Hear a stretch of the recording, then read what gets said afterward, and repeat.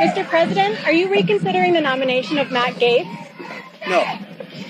Anyway, honey, so are you out there now in Bedminster? Yeah, I am. I'm here for another day, and then I'm heading back to Florida. So what's your best score on the new course on the front nine?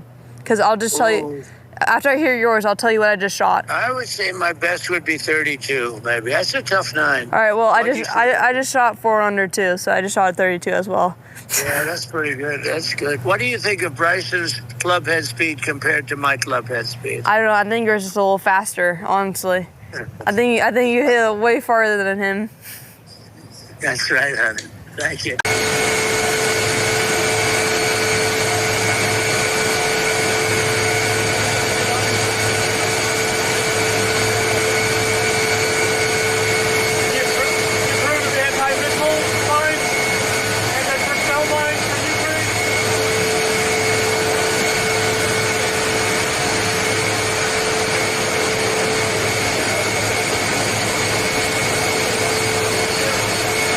What I know about Matt Gaetz is he served on our committee as one of the most talented members of Congress. I mean, your viewers know this. If you watch Matt Gaetz in a cross-examination in committee, one of the most talented guys I've ever seen. Yeah, you better be ready.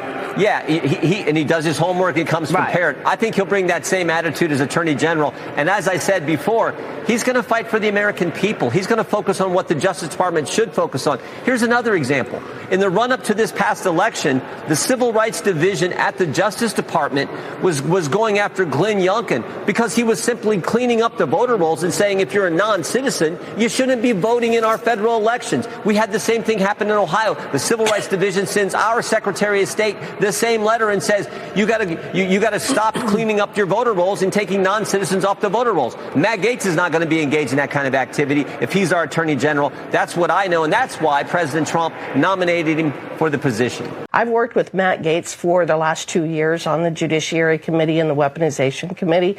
He's an incredible, brilliant legal mind, and he is someone who I think would go in and stir up the DOJ, which is what we need.